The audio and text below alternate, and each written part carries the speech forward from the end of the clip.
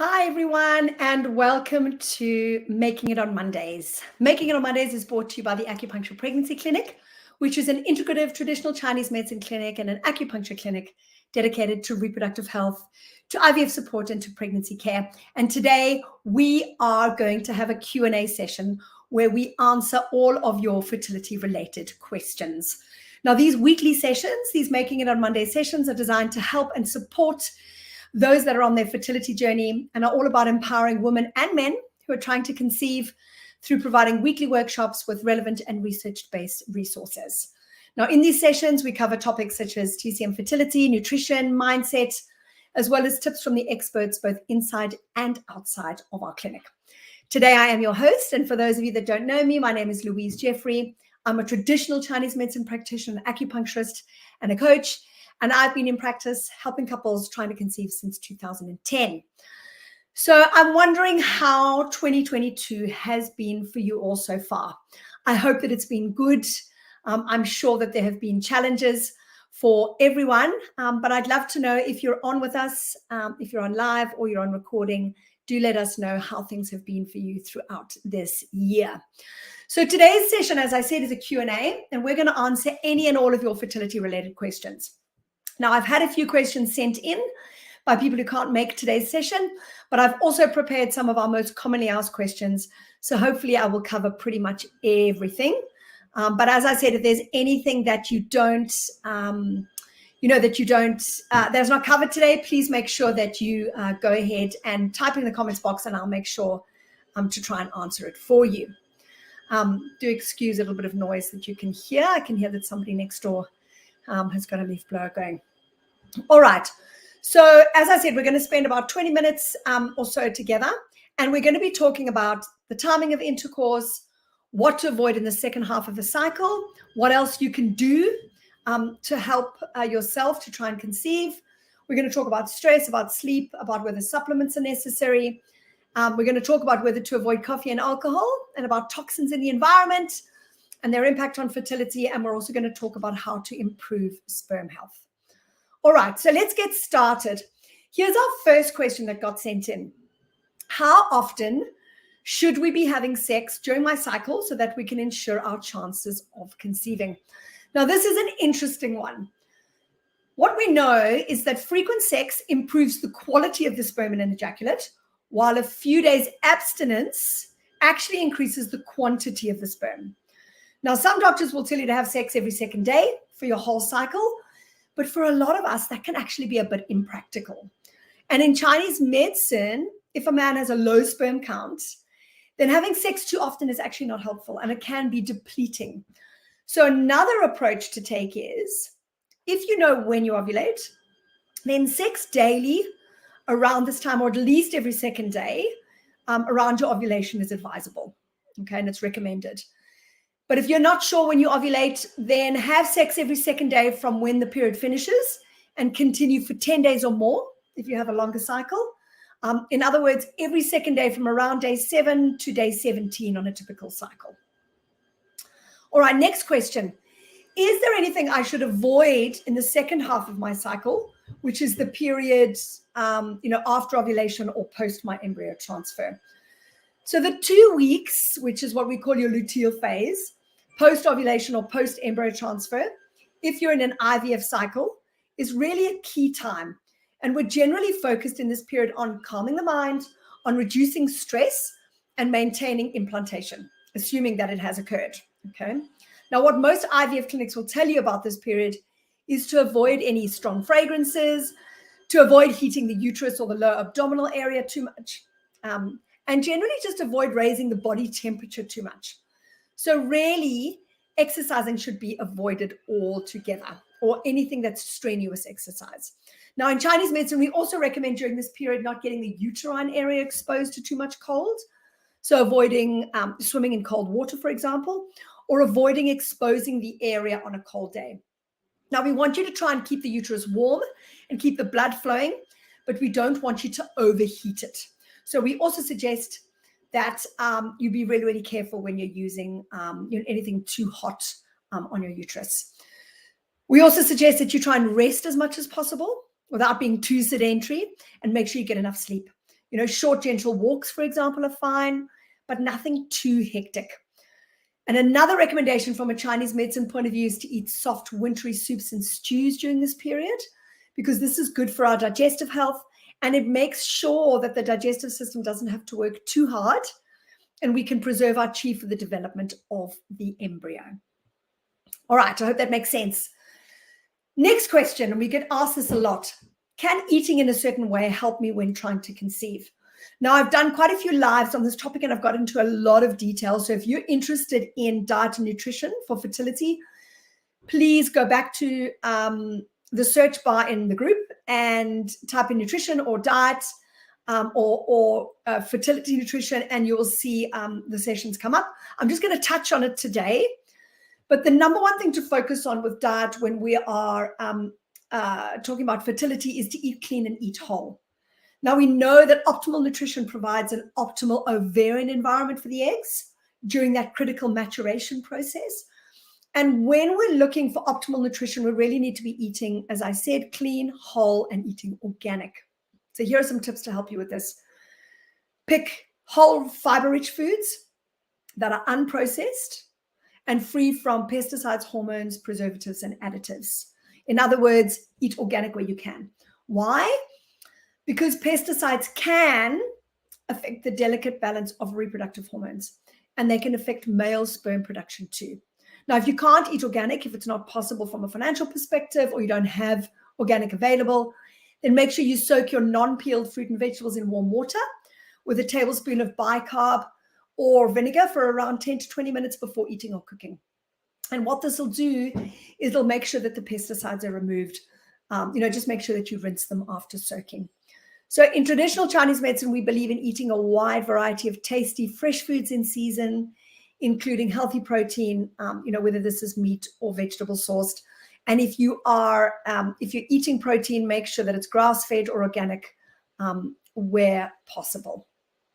All right, so that's a very quick overview of nutrition. There's a lot more to it, but that's a pretty quick overview. Here's another question we get asked a lot.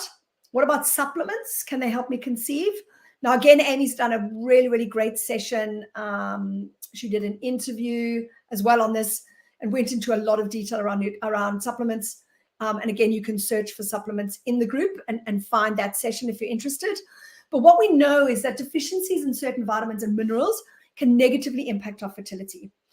So when we're starting out on our fertility journey, or if we're even later down the track, if we don't fall pregnant as quickly as we would like, we always suggest seeing a health practitioner like a GP or a naturopath who can run some blood tests to check if there's anything that your body may require more of. And they're going to be looking to check the levels of things like folic acid and other B vitamins, vitamin C, vitamin D, omega-3 fatty acids, antioxidants, really, really important, such as CoQ10, and of course, minerals such as zinc, iron, and iodine. Now, the reason that we suggest getting a test done is because some levels might be deficient and others may require supplementing. So we don't want you to just start taking all supplements and any supplements, if you maybe take supplements you either don't need or that you're going to end up with too much of. So speak to your practitioner about different supplements and recommended dosages. But I just think it's a really good thing to go and get your blood levels checked. All right, here's another interesting question that someone sent in. And again, I've done a really comprehensive session on coffee and alcohol. But the question is, do I really need to stop drinking coffee and alcohol if I'm trying to conceive? Now, this is a really hot topic, as I said before, because for many of us, we feel like coffee and alcohol are the two pleasurable things we have in our lives.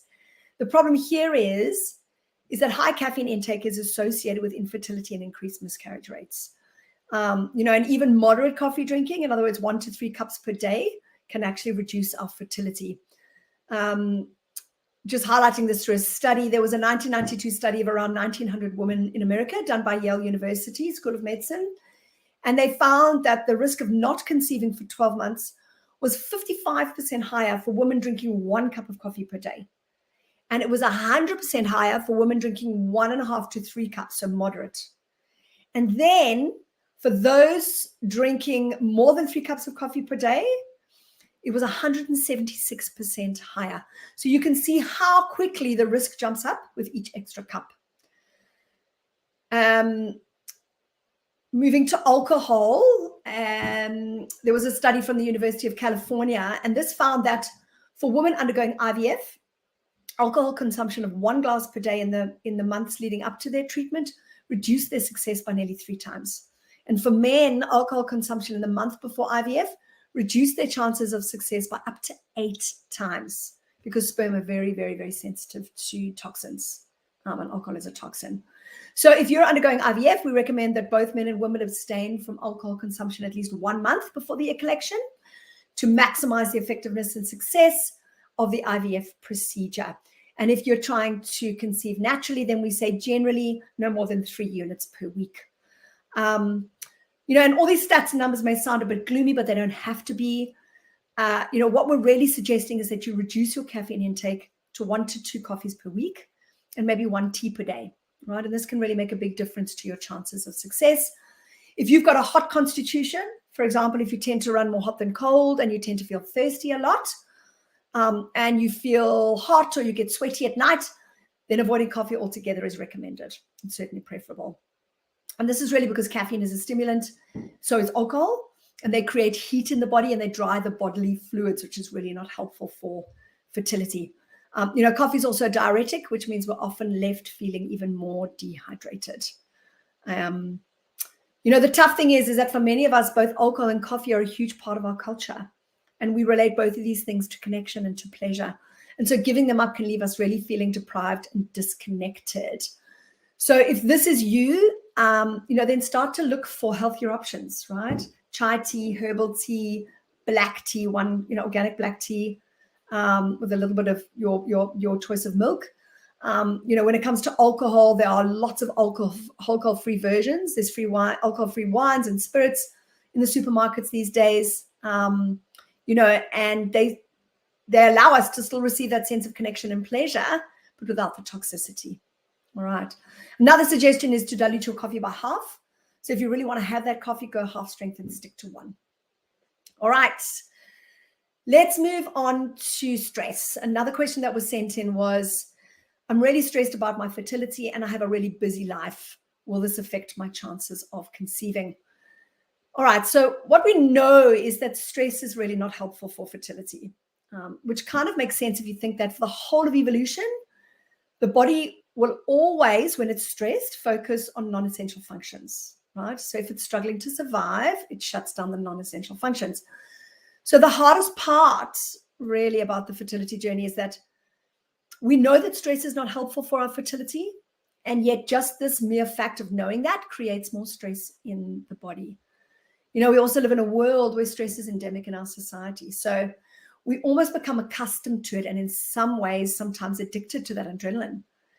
In a lot of ways, being superwoman in our society today is kind of revered. It's like the tale of the frogs in the boiling water. I'm not even sure if this is true, but the story goes that if you put frogs in a pot of boiling water, they'll automatically jump out to get away from the threat. But if you put them in a pot of cold water and you turn up the heat slowly, they become accustomed to the heat as their kind of new normal and they don't jump out, even if it eventually kills them. Now, it's the same with stress. Stress is something that can build up slowly over periods of time, and we almost just become used to it and we start to live with it. Now, stress doesn't just come in the form of our emotions. It also comes in the form of toxicity to the body, bad diet, too much alcohol, too much caffeine, excess medication, lack of sleep, running our lives at a fast pace. All these things I've just mentioned can raise our cortisol and adrenaline and put the body into the stress response. So addressing all of these and also practicing meditation, yoga, breath work, having acupuncture, all of these help to bring our bodies out of the stress response and back into parasympathetic nervous system dominance. All right, the next question we get asked a lot is, what else can I do to help myself and support my body in getting pregnant?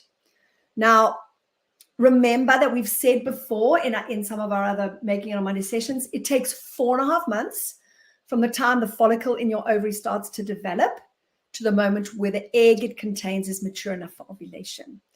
So there's actually a lot that you can do during this 4 months leading up to conception, which can influence the development of that egg. So besides diet, which I've already discussed, and ensuring you get enough sleep and reducing stress, there's a lot of other things you can do. One of the really big ones that would be remiss of me not to discuss is reducing the toxicity in your environment. Now, why do we need to reduce toxicity in our environment if we're trying to conceive? Well, mainly because chemicals in the environment like pesticides, insecticides,